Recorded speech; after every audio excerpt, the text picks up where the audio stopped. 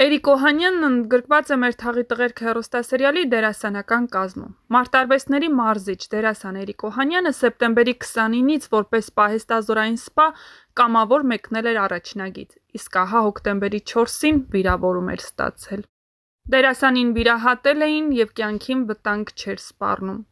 Էրիկ Օհանյանի խոսքով նա վիրավորվել էր հոկտեմբերի 4-ին, ստացել էր դիմացնոտային բեկորային վնասվածք, ինչպես նաև տարել էր կոնտուզիա։ Շատ շնորհակալ եմ մեր բժիշկներին, որ կարողանում են պրոֆեսիոնալ ձևով օգնել բոլոր վիրավորներին, քանի որ նրանք էլ առաջնագծում զինվորի պես կռվում էին, ասել էր դերասանը հարցազրույցներից մեկում։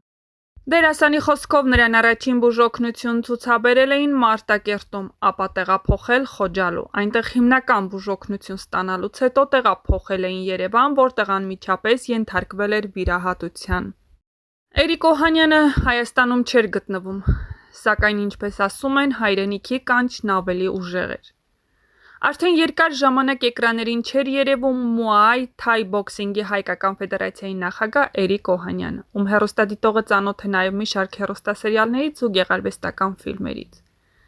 Մենք զրուցել ենք մարզիկի հետ և տեղեկացել, որ նա այլևս Հայաստանում չէ։ Մասնագիտական գործունեության, ֆիլմերի նոր առաջարկների, նաև ընտանեկան կարգավիճակի մասին մանրամասն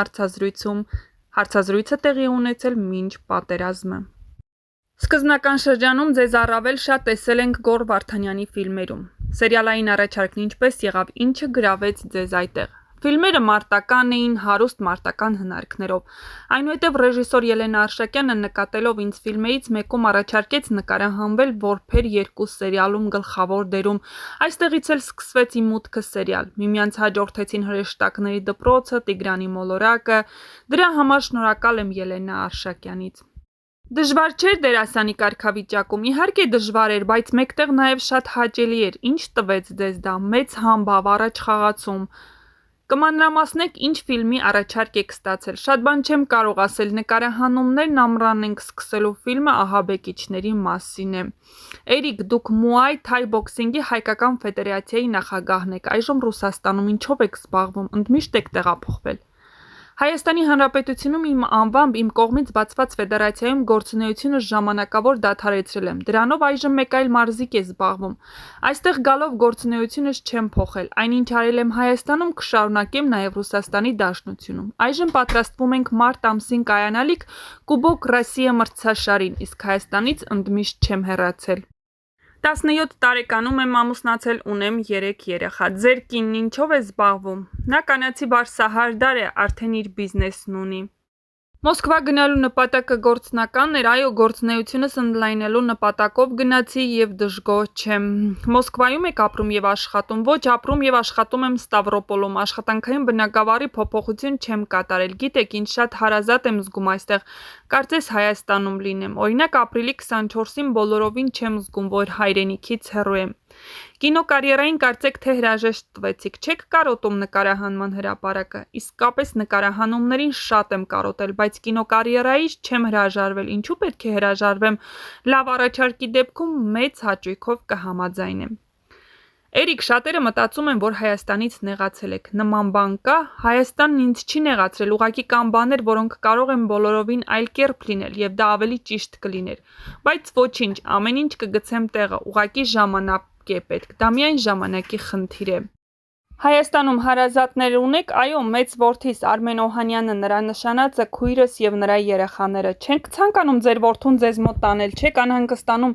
որ կարող է ոչ ճիշտ շրջապատ ընկնել, չէ՞ որ շատ երիտասարդ է։ Ես նրան 15 տարեկանից ստիպել եմ աշխատել։ Աշխատել է անվադողերի վուլկանացման կետում, Սիթի սուպերմարկետների ցանցում։ Մի օր էլ եկավ ու ասաց, որ ցանկանում է ծրագրավորող դառնալ։ Բացատրեցի, որ ես ոչնչով չեմ կարող օգնել։ Այսօր նա կարողանում է ապահովել իրեն։ Շնորհակալ եմ հորեղբորս տղային Արամին, որ օգնում է իմ Չիկոյին աշխատանքի հարցերում։ Հետաքրքիր է, կա ձեր կյանքում մի շրջան, որի համար զղջում եք։ Այո, իմ կարծիքով բոլոր տղամարդիկ էլ իրենց կյանքում ունենում են զղջման պահեր։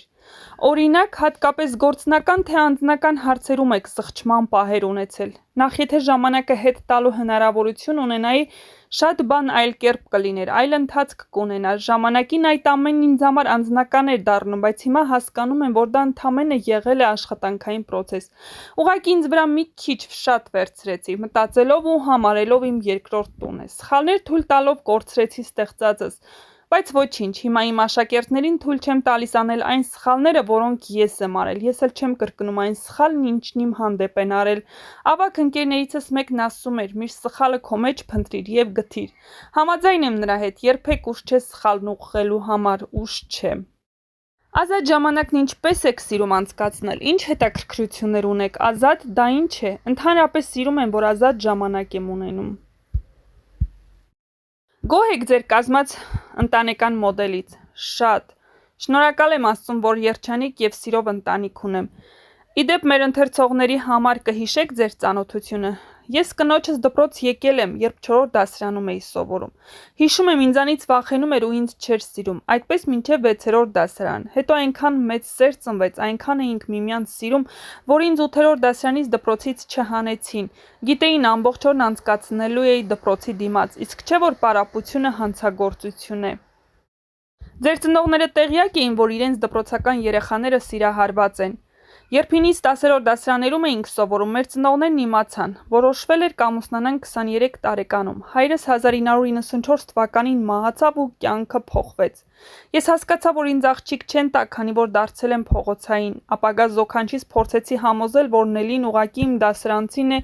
եւ դա ստացվեց։ Եվ համաձայնեց, որ ամուսնանանք։ Օգոստոսի 23-ին ծննդյանս օրը դասարանցիներիս մեր տանն էին, սակայն Նելին չէր եկել։ Զանգահարեցի, մայրն ասաց, որ վատ երազ է տեսել։